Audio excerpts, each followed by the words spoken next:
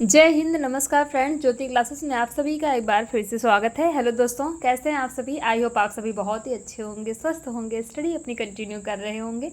चलते हैं हमारी आज की इवनिंग की क्लास की तरफ। जैसा कि आप सभी जानते हैं, हम कर रहे हैं होम साइंस की सीरीज़, जिसमें क्लास 6 to 12 की बुक को कवर कर रहे हैं। और अभी तक फ्रेंड्स क्लास 6 to 11 तक की पढ़ाई हमने कंप्लीट कर ली है। हम आ गए क्लास 12 में। आई होप आपने हमारी सारी प्रीवियस क्लासेस देखी होगी, जितनी भी अभी तक हमने 6 to 11 तक की पढ़ाई की है। नहीं देखी है तो टेंशन की बात नहीं है, प्लेलिस्ट में जाइए, वहाँ से आपको ईजिली क्लासेस वाइज प्लेलिस्ट मिल जाएगी। आपको जिस भी क्लास में जो भी डाउट है, आप अपने हर एक डाउट्स को क्लियर कर सकते हैं उन क्लास के माध्यम से। क्योंकि जितने भी क्लासेस हमने की है, सारे टॉपिक को बहुत ही डिटेल में पढ़ा है, वर्ड टू वर्ड चीज़ें हमने डिस्कस की हैं। चाहे आप किसी भी क्लास के लर्नर्स हैं, किसी कॉम्पिटिटिव एग्जाम की प्रिपरेशन कर रहे हैं, या फिर किसी भी फील्ड में होम साइंस से अपना करियर देख रहे हैं, तो सभी के लिए सीरीज़ काफ़ी हेल्पफुल होने वाली है। तो प्लीज़ चैनल पर फर्स्ट टाइम विजिट किए हैं तो चैनल को लाइक, शेयर और सब्सक्राइब कर दें, और साथ ही साथ अपना फीडबैक भी हमें प्रोवाइड कराएं, क्योंकि आपके हर एक फीडबैक से हमें बहुत ही मोटिवेशन प्राप्त होता है। प्लीज़ अपना फीडबैक अवश्य दिया करें। और जितने भी हमारे होम साइंस के लर्नर से मैं चाहती हूँ उन सभी के पास तक ये सीरीज़ पहुँचे, ताकि वो बेसिक टू एडवांस की पढ़ाई अच्छे से कर सके। तो चलिए स्टार्ट करते हैं आज की क्लास विदाउट टाइम वेस्ट किए। तो आज की क्लास में हम पढ़ेंगे फ्रेंड्स, उपभोक्ता शिक्षा और संरक्षण में गैर सरकारी संगठन और स्वैच्छिक उपभोक्ता संगठन की क्या भूमिका होती है, इनके बारे में हम डिस्कस करने वाले हैं आज की क्लास में। बट इसको स्टार्ट करने से पहले प्रीवियस क्लास का एक बार क्विक रिवीजन ले लेते हैं।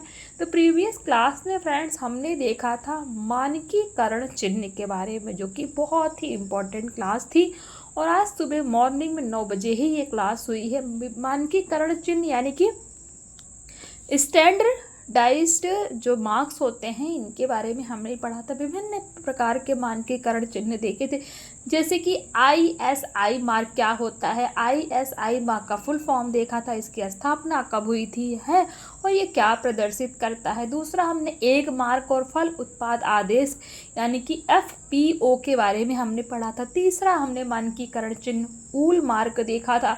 सिल्क वार्म पढ़ा था। हॉल मार्क क्या होता है, किस लिए इसका प्रयोग किया जाता है, इसके बारे में डिस्कशन किया था। भारतीय खाद्य सुरक्षा और मानक प्राधिकरण एवं इको मार्क योजना।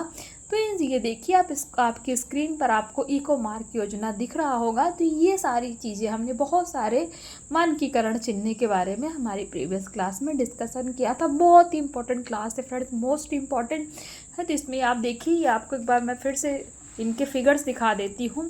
तो ऐसे एग्ज़ाम्स में दे दिए जाते हैं, ये फिगर्स हैं इनके। और ये सारे मार्क, सपोज ऊल मार्क किस लिए प्रयोग होता है, सिल्क मार्क कहाँ यूज़ होता है, हॉल मार्क किस पे लगता है। तो ये सारी चीज़ें हैं हमने बहुत ही अच्छे से डिस्कस की थी, बहुत ही डिटेल में। तो आप जाइए, अगर आपने अभी तक इस क्लास को नहीं देखा है तो प्लेलिस्ट में जाइए, इजीली आपको वहाँ से ये क्लास 12 की जो प्लेलिस्ट है उसमें देखिएगा, आपको ये मिल जाएगा। वहाँ से डिटेल में इसको आप समझ सकते हैं। बहुत ही इंपॉर्टेंट क्लास थी। तो ये सारी चीज़ें हमने हमारी प्रीवियस क्लास के माध्यम से पढ़ा था। आई होप आपका एक बार क्विक रिविज़न हो गया होगा कि हमने प्रीवियस क्लास में, यानी कि जो सुबह हमारी 9 बजे क्लास हुई थी, उसमें हमने क्या डिस्कशन किया था। चलिए स्टार्ट करते हैं आज की क्लास। जैसा कि हमने आपको बताया, आज की क्लास में हम कर रहे हैं उपभोक्ता शिक्षा और संरक्षण में गैर सरकारी संगठन और स्वैच्छिक उपभोक्ता संगठन की क्या भूमिका होती है। तो देखते हैं, गैर सरकारी संगठन यानी कि नॉन गवर्नमेंट ऑर्गेनाइजेशन, जिसको हम क्या बोलते हैं, एनजीओ का फुल फॉर्म क्या है, नॉन गवर्नमेंट ऑर्गेनाइजेशन। स्वैच्छिक उपभोक्ता संगठन यानी कि वॉलंटरी कंज्यूमर है। तो इनके बारे में पढ़ लेते हैं। वॉलंटरी कंज्यूमर ऑर्गेनाइजेशन अपने गैर पक्षतापूर्ण हितों के कारण उपभोक्ता शिक्षा और संरक्षण में महत्वपूर्ण भूमिका निभाते हैं। वे अपनी पत्रिकाओं, पुस्तिकाओं, समाचार पत्रों, दृश्य श्रव्य सामग्री और शोध रिपोर्टों के माध्यम से भी जानकारी का प्रसार करते हैं। कौन? वॉलंटरी कंज्यूमर जो ऑर्गेनाइजेशन होते हैं। कई उपभोक्ता संगठन उत्पादों के तुलनात्मक परीक्षण, हानिकारक और असुरक्षित उत्पादों के बारे में उपभोक्ता जागरूकता फैलाने, उपभोक्ताओं के लिए नए वित्तीय प्रावधानों के बारे में जानकारी प्रसारित करने, कानूनी सलाह और पैरवी करने आदि कार्य में लगे हुए हैं। ये उपभोक्ता जागरूकता, सशक्तिकरण और उपभोक्ता आंदोलन में महत्वपूर्ण भूमिका निभाते हैं।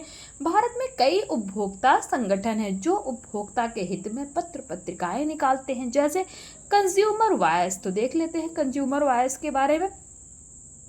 यह एक मासिक पत्रिका है। क्या कंज्यूमर वॉयस क्या है? यह एक मासिक यानी महीने में दी जाने वाली पत्रिका है जो उपभोक्ता शिक्षण हितार्थ स्वयंसेवी संगठन दिल्ली द्वारा प्रकाशित की जाती है। आपको ये पता होना चाहिए कंज्यूमर वॉयस कहाँ से प्रसारित की जाती है, तो ये दिल्ली द्वारा प्रकाशित की जाती है।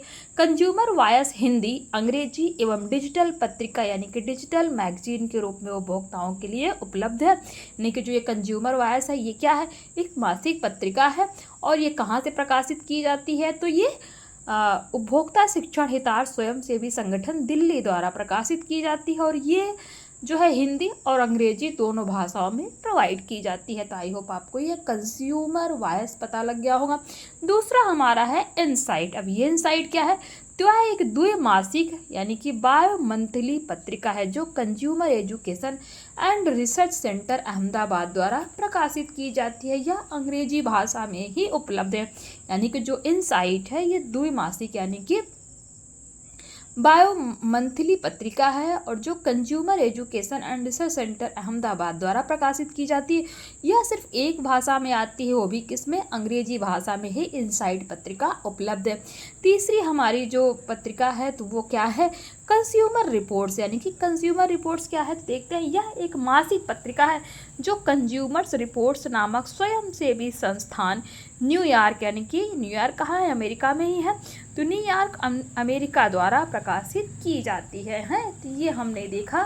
अब नेक्स्ट देखते हैं चॉइस। तो चॉइस क्या है? यह एक मासिक पत्रिका है जो ऑस्ट्रेलियाई कंज्यूमर एसोसिएशन, कहाँ? ऑस्ट्रेलियाई कंज्यूमर एसोसिएशन नामक नॉट फॉर प्रॉफिट, कौन सा? नॉट फॉर प्रॉफिट संगठन द्वारा प्रकाशित की जाती है। आपको पता होना चाहिए जो हम विभिन्न तरह की पत्रिकाएं पढ़ रहे हैं ना, consumer voice, insight, consumer report, choice, ये सब हैं क्या और ये कहाँ से प्रकाशित की जाती है, इनके बारे में आपको पता होना चाहिए। नेक्स्ट है हमारा विच। तो विच क्या है? यह एक मासिक पत्रिका है जो द कंज्यूमर एसोसिएशन नामक स्वयंसेवी संगठन यूनाइटेड किंगडम द्वारा प्रकाशित की जाती है। तो जो विच एक मासिक पत्रिका है ये कहाँ से प्रकाशित की जाती है? तो यह द कंज्यूमर एसोसिएशन नामक स्वयंसेवी संगठन, ये है कहाँ? यूनाइटेड किंगडम द्वारा ये प्रकाशित की जाती है। तो आई होप ये आपको पता लग गया होगा। भारत में कई उपभोक्ता संगठन हैं जो उपभोक्ता के हित में पत्र पत्रिकाएं निकालते हैं। तो इस संगठन के बारे में हम पढ़ रहे थे, ये सारी चीज़ें आपको पता लग गई होंगी। तो कितने पत्र पत्रिकाएं हमने देखा? कंज्यूमर वॉयस देखा, इनसाइट क्या होता है, कहाँ से प्रकाशित की जाती है और कितनी भाषा में आती है, कंज्यूमर रिपोर्ट्स हमने देखा, चॉइस क्या है, विच क्या है, तो सभी के बारे में हमने पढ़ा। आई होप ये आपको क्लियर हुआ होगा। कंज्यूमर संगठन की पत्र पत्रिकाएं जो हम पढ़ रहे थे। अब देखते हैं हमारा नेक्स्ट टॉपिक है उपभोक्ता के कर्तव्य। हमने उपभोक्ता जान लिया कि उपभोक्ता क्या होता है, उपभोक्ता को कौन कौन सी समस्याओं का सामना करना पड़ता है, उपभोक्ता के क्या राइट्स होते हैं, मानकीकरण चिन्ह भी हमने जान लिया और उपभोक्ता शिक्षा और संरक्षण में गैर सरकारी संगठन और स्वैच्छिक उपभोक्ता संगठन की भूमिका भी देख ली। ये सब तो हमने पढ़ लिया। अब देखते हैं कि उपभोक्ता का क्या कर्तव्य यानी कि ड्यूटीज ऑफ कंज्यूमर क्या है। तो प्रत्येक मनुष्य न केवल अधिकार होता है, ध्यान दीजिएगा, प्रत्येक मनुष्य के न केवल अधिकार होते हैं बल्कि कर्तव्य उत्तरदायित्व भी होते हैं। अतः अपने अधिकारों का प्रयोग करने के लिए अपने कर्तव्य के प्रति जागरूक होना आवश्यक है। इसलिए व्यक्ति को उपभोक्ता के रूप में अपने दायित्वों की जानकारी होनी चाहिए। उपभोक्ता के दायित्व निम्नलिखित हैं। उपभोक्ता जो कंज्यूमर्स हैं उनके कर्तव्य देख लेते हैं। पहला पॉइंट कहता है वे सरकार द्वारा बनाए गए विभिन्न कानूनों और वैधानिक प्रावधानों के विषय में जानकारी प्राप्त करें तथा पहले से प्राप्त जानकारी का अपडेट लेते रहें। दूसरा पॉइंट, वे अपने प्रत्येक लेन देन तथा खरीदारी का ईमानदारी से भुगतान करें। पॉइंट नंबर 3, उपभोक्ता को खरीदारी से पहले उत्पाद से संबंधित बाजार में उपलब्ध सभी विकल्पों को देखकर तथा उनकी कीमतों की तुलना कर लेनी चाहिए। पॉइंट 4 कहता है उत्पादों की खरीदारी से पहले लेवल, ब्रोशर ब्रोशर में दी गई समस्त जानकारी अच्छी तरह पढ़ लेनी चाहिए। पॉइंट 5 है, उत्पादों की गुणवत्ता सुनिश्चित करने के लिए मार्क चिन्ह वाले उत्पाद लेना ही आवश्यक है। मार्क चिन्ह से तात्पर्य अभी हम पढ़ रहे थे ना, विभिन्न तरह के हमने मानकीकरण चिन्ह देखे, तो वो उसके बारे में ये बात हो रही है। पॉइंट 6 कहता है, उपभोक्ता के लिए उत्पाद खरीदने के बाद रसीद लेना आवश्यक है। यानी कि हम जो भी सामान लेते हैं, खरीदते हैं, उसके बाद उसका बिल हमें लेना आवश्यक है। क्यों? क्योंकि उत्पाद में यदि समस्या, त्रुटि या उसके ठीक से न कार्य करने की स्थिति में शिकायत दर्ज करते समय रसीद की आवश्यकता पड़ सकती है। पॉइंट 7 कहता है, बीमा, क्रेडिट कार्ड, बैंक जमा आदि सेवाओं को खरीदते समय उनसे संबद्ध सभी जानकारी और शर्तों को अच्छी तरह जान लेना आवश्यक है तथा जो बातें स्पष्ट रूप से ना लिखी गई हों उनके बारे में स्पष्टीकरण आवश्यक है। और पॉइंट 8 कहता है, विभिन्न राष्ट्रीय और अंतर्राष्ट्रीय उपभोक्ता संगठनों की गतिविधियों, क्रियाकलापों और कार्यों के बारे में जानकारी बढ़ाना और ऐसे संगठनों का सदस्य बनने के लाभों को समझना चाहिए। तो ये हम किसके कर्तव्य के बारे में पढ़ रहे थे? जो उपभोक्ता यानी कि जो कंज्यूमर होते हैं, तो ड्यूटी ऑफ कंज्यूमर क्या क्या होता है, उनका क्या उत्तरदायित्व होता है, तो इन सभी के बारे में हमने डिस्कस किया। आई होप आपको अच्छे से क्लियर हुआ होगा कि एक उपभोक्ता के क्या कर्तव्य होते हैं। नेक्स्ट हमारा टॉपिक है उपभोक्ता शिक्षा और संरक्षण का महत्व देख लेते हैं। तो वर्तमान में शहरी और ग्रामीण दोनों बाजारों में निर्मित और बेचे जाने वाले उत्पादों की संख्या लगातार बढ़ रही है। निर्माता अच्छी गुणवत्ता वाले उत्पादों की आपूर्ति के लिए उत्तरदायी होते हैं और यदि कोई समस्या है तो उपभोक्ता को उसकी शिकायत करने का अधिकार है। भारत अविकसित से विकासशील अर्थव्यवस्था में परिवर्तित हो रहा है, जिसका श्रेय औद्योगिकरण और वैश्वीकरण को जाता है। इन आर्थिक परिवर्तनों ने क्रय शक्ति में वृद्धि के साथ साथ जीवन स्तर में सुधार किया है। वैश्विक अर्थव्यवस्था यानी कि ग्लोबल इकोनॉमी की ओर बढ़ने के लिए उपभोक्ताओं के लिए एक वैश्विक दृष्टिकोण की आवश्यकता होती है। उन्हें अपना कल्याण सुनिश्चित करने के लिए एक प्रगतिशील शक्ति के रूप में उभरना होगा। उन्हें आर्थिक व्यवस्था और एक दूसरे के साथ व्यवसाय और सरकार के साथ व्यक्तियों के परस्पर संबंधों को समझना होगा। उपभोक्ता के लिए सावधान, सतर्क और अच्छी तरह से सूचित होना आवश्यक है। इस प्रकार उपभोक्ता शिक्षा और संरक्षण महत्वपूर्ण हो गया है। इसके अतिरिक्त भारत सरकार ने विदेशी कंपनियों को भारत में उद्योग स्थापित करने के लिए नीति का कार्यान्वयन किया है। इस प्रकार हम बहुराष्ट्रीय कंपनियों द्वारा बनाए गए विभिन्न प्रकार के उत्पादों को देख सकते हैं, जिन्होंने भारत में अपनी विनिर्माण संयोजन इकाइयों को स्थापित किया है। इसके सकारात्मक और नकारात्मक दोनों पक्ष हैं। इसका सकारात्मक पक्ष यह है कि भारतीय उपभोक्ता के पास चुनने के लिए अनेक विकल्प हैं और वे प्रतिस्पर्धी मूल्य के साथ बेहतर उत्पादों का चयन कर सकता है। इसका नकारात्मक पक्ष क्या है कि सही उत्पाद का चयन करना अब कठिन कार्य है। क्यों? क्योंकि किसी को नई तकनीकी, नए उत्पादों और नई सुविधाओं को समझना पड़ता है। उपभोक्ता को कीमत और गुणवत्ता की तुलना करनी पड़ती है, विशेष रूप से जब उपभोक्ताओं को बेईमानी, विक्रेताओं, भ्रामक विज्ञापन और शोषण जैसी समस्याओं का सामना करना पड़ता है। अतः प्रत्येक व्यक्ति को समझदार और बेहतर उपभोक्ता बनना आवश्यक है। तो ये आपको क्लियर हो गया होगा हमने क्या पढ़ा। उपभोक्ता शिक्षा और संरक्षण का महत्व टॉपिक हमने कवर किया। नेक्स्ट टॉपिक है हमारा उपभोक्ता अध्ययन क्षेत्र में जीविका के लिए आवश्यक कौशल क्या होने चाहिए। देखते हैं, उपभोक्ता अध्ययनों के क्षेत्र में सफल होने के लिए यह आवश्यक है कि उपभोक्ता संरक्षण कार्यविधि और शिकायत निवारण संस्थाओं की अच्छी जानकारी होनी चाहिए। व्यक्ति अच्छे संप्रेषण और अंतर्वैयक्तिक कौशल का होना भी आवश्यक है। साथ ही व्यक्ति के लिए यह आवश्यक है कि वे एक अच्छे श्रोता भी हों तथा उपभोक्ता को जागरूक करने के लिए समय समय पर कार्यक्रमों, विज्ञापनों, वार्ताओं आदि को विकसित करने का व्यवहारिक कौशल भी आना चाहिए। एक व्यक्ति में उपभोक्ता शिक्षा के लिए शैक्षिक सामग्री विकसित करने के लिए पर्याप्त लेखन कौशल, उपभोक्ता उत्पादों के परीक्षण की रिपोर्टिंग करने तथा साथ ही उपभोक्ताओं और जनता की सहायता करने की इच्छा शक्ति होनी चाहिए। वह व्यक्ति जो व्यावसायिक रूप से इस क्षेत्र से जुड़ना चाहते हैं उनके लिए आवश्यक है कि उत्पादों के संबंध में उनकी गुणवत्ता मानकों तथा मिलावटी पदार्थों का पता लगाने के लिए पर्याप्त जानकारी हो। साथ ही उपभोक्ता संरक्षण कानूनों, उपभोक्ता के अधिकारों एवं उत्तरदायित्वों की भी पूरी जानकारी होनी चाहिए। ये हमने क्या देखा, उपभोक्ता अध्ययन क्षेत्र में जीविका के लिए आवश्यक कौशल क्या क्या होना चाहिए। नेक्स्ट टॉपिक हम देख लेते हैं, उपभोक्ता अध्ययन क्षेत्र में जीविका के लिए शैक्षिक योग्यताएं क्या होनी चाहिए। तो पूर्व स्नातक और स्नातक स्तर के पाठ्यक्रमों के बाद जीविकोपार्जन के लिए उपभोक्ता शिक्षण और संरक्षण के क्षेत्र में अनेक विकल्प उपलब्ध हैं, जैसे बीएससी गृह विज्ञान या बीएससी परिवार संसाधन प्रबंधन या बीएससी गृह विज्ञान, व्यवसाय प्रशासन में स्नातक, बीबीए व्यवसाय अध्ययन में स्नातक, इससे हम क्या कहते हैं, बीबीएस आदि।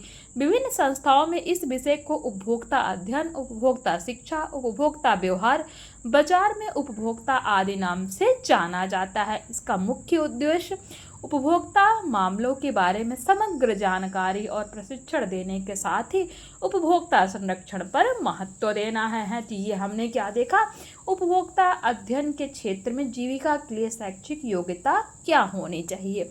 नेक्स्ट हम देख लेते हैं, और ये लास्ट आप कह सकते हैं, लास्ट ही है, कार्य क्षेत्र देख लेते हैं। तो उपभोक्ता शिक्षण एवं संरक्षण से संबंधित विषयों में शिक्षा प्राप्त करने के पश्चात निम्नलिखित क्षेत्रों में जीविका के अवसर उपलब्ध हैं। देखते हैं पहला क्या है, तो उपभोक्ता मामलों से संबंधित विभिन्न सरकारी मंत्रालयों एवं संगठन जैसे भारतीय मानक ब्यूरो, विपणन और निरीक्षण निदेशालय आदि में विभिन्न निर्णय लेने वाले प्रबंधकीय पदों एवं तकनीकी पदों पर कार्य कर सकते हैं। उत्पाद परीक्षण, उपभोक्ता को जागरूक करने, उपभोक्ता शिक्षण अथवा सशक्तिकरण तथा इससे संबंधित पत्रिका के प्रकाशन आदि के लिए स्वैच्छिक संगठनों में कार्य कर सकते हैं। दूसरा पॉइंट है, कॉर्पोरेट व्यापारिक संस्थानों के उपभोक्ता संबंधित विभाग में कार्य कर सकते हैं। कहाँ पे, कॉर्पोरेट व्यापारिक संस्थानों के उपभोक्ता संबंधित विभाग में कार्य कर सकते हैं, जो ग्राहक डाटा बेस तैयार करते हों और उसके साथ व्यक्तिगत आधार पर संपर्क रखते हों। नंबर 3, मार्केट अनुसंधान संगठन यानी कि मार्केट रिसर्च ऑर्गेनाइजेशन में उपभोक्ता व्यवहार, नए उत्पादों की उपभोक्ता स्वीकार्यता, उपभोक्ताओं की राय एवं सुझाव देने से संबंधित क्षेत्रों में कार्य कर सकते हैं। पॉइंट 4 है, एक उद्यमी के रूप में अपना उपभोक्ता संगठन शुरू कर सकते हैं। नंबर 5, उपभोक्ता शिकायतों के निवारण तथा उपभोक्ता परामर्श सेवा प्रदान करने के लिए एक राष्ट्रीय उपभोक्ता हेल्पलाइन में कार्य कर सकते हैं। पॉइंट 6 है, दृश्य श्रव्य प्रचार विभाग में उपभोक्ता की जागरूकता, शिक्षण आदि कार्यक्रमों में योजना बनाने का भी कार्य कर सकते हैं। नंबर 7, विद्यालयों और महाविद्यालयों द्वारा चलाए जाने वाले कार्यक्रम में परामर्शदाता के रूप में भी कार्य कर सकते हैं। नंबर 8, उपभोक्ता न्यायालयों तथा अन्य शिकायत निवारक मंचों पर शिकायत निवारण के मार्गदर्शन के लिए स्वतंत्र परामर्शदाता के रूप में कार्य कर सकते हैं। नंबर 9, उपभोक्ता परीक्षण प्रयोगशाला में उत्पादों के तुलनात्मक मूल्यांकन के लिए एक विशेषज्ञ के रूप में कार्य कर सकते हैं। और नंबर 10 है, जिस व्यक्ति की जीवन शैली अच्छी हो वह व्यक्ति उपभोक्ता मामलों से संबंधित पत्रकारिता का कार्य भी कर सकता है। पॉइंट 11, कानूनी प्रशिक्षण लेकर उपभोक्ता सक्रियतावादी बनकर न्यायालय में मामलों की पैरवी भी कर सकते हैं। इसके अतिरिक्त उपभोक्ता के अधिकार एवं संरक्षण के मामले में रुचि रखने वाले व्यक्ति वित्तीय प्रबंधन के क्षेत्र में भी जूनियर के रूप में कार्य कर सकते हैं। कुछ दिनों के प्रशिक्षण एवं अनुभव के बाद व्यक्ति बीमा, शेयर और वित्तीय पोर्टफोलियो प्रबंधन से संबंधित क्षेत्रों में अपना करियर बना सकता है। तो ये आपने देखा, क्या देखा कि उपभोक्ता शिक्षण एवं संरक्षण संबंधित विभिन्न विषयों में शिक्षा प्राप्त करने के पश्चात आप किस किस फील्ड में अपने जीविका के अवसर देख सकते हैं। तो इतने सारे ऑप्शंस होते हैं किसके पास, उपभोक्ता शिक्षण एवं संरक्षण से संबंधित विषयों में शिक्षा अध्ययन के पश्चात। तो ये हमारा फ्रेंड चैप्टर कंप्लीट होता है। कुछ क्वेश्चन देख लीजिए। क्वेश्चन 1 है, IA ध्यान दीजिएगा। ISI मार्क की स्थापना किस वर्ष हुई? पढ़े थे ना हमने मानकीकरण चिन्ह में, इसमें मैंने ISI मार्क की स्थापना किस वर्ष हुई, आपको फुल फॉर्म भी बताया था, तो कमेंट के माध्यम से बताइए किस वर्ष हुई है। क्वेश्चन 2 है, भारत का कोई एक उपभोक्ता संगठन बताइए। क्वेश्चन 3 कहता है अच्छी गुणवत्ता वाले उत्पादों की आपूर्ति के लिए कौन उत्तरदायित्व होते हैं। और क्वेश्चन 4 है, अंतर व्यक्तित्व कौशल का होना किसमें आवश्यक है। क्वेश्चन 5 कहता है किसके रूप में उपभोक्ता अपना संगठन शुरू कर सकते हैं। तो ये सारी क्वेश्चन है फ्रेंड। प्लीज़ आपने अभी तक, मैं उम्मीद करती हूँ कि इनका स्क्रीनशॉट भी ले लिया होगा, है नहीं लिया है तो ले लीजिए, अच्छे से आपको दिख रहा होगा। इसका प्लीज़ आप इनको सॉल्व करके अपना इवैल्यूएशन खुद कर सकते हैं। मैंने बार बार बोला है कि जितना अच्छा मूल्यांकन आप खुद से करते हैं कोई भी नहीं कर सकता है। तो ये क्वेश्चन तब करिएगा जब ये चैप्टर जो हमने पढ़ा है इसकी क्लासेस देख लीजिए, देन आप इसको सॉल्व करिएगा। देखना, ध्यान से देखिएगा, ध्यान से समझिएगा, ईजिली आपसे सारे ही क्वेश्चन सॉल्व हो जाएंगे, क्योंकि बहुत ईजी है, सारे वही टॉपिक हैं जो कि हमने पढ़ रखे हैं। आई होप आज की क्लास आपको समझ में आई होगी। बहुत इंपॉर्टेंट, बहुत इंटरेस्टिंग चैप्टर था। जितने भी हमने अभी पढ़ाई की इस चैप्टर से रिलेटेड, वो सारी ही चीज़ें आपको समझ में आई होंगी। तो मिलते हैं हमारे नेक्स्ट क्लास में एक न्यू टॉपिक के साथ। तब तक के लिए जय हिंद, नमस्कार। हंसते रहिए, मुस्कुराते रहिए, एक दूसरे की हेल्प करते रहिए। और हाँ, अगर क्लासेस समझ में आ रही हो, कुछ भी आपके काम का लग रहा है फ्रेंड्स, प्लीज़ अपनी राय अवश्य दीजिए। और इस सीरीज़ को जितना ज़्यादा हो सके हमारे जितने भी होम साइंस के लर्नर्स हैं उनके पास शेयर कीजिए, जिससे कि वो भी इस सीरीज़ का लाभ प्राप्त कर सके। धन्यवाद।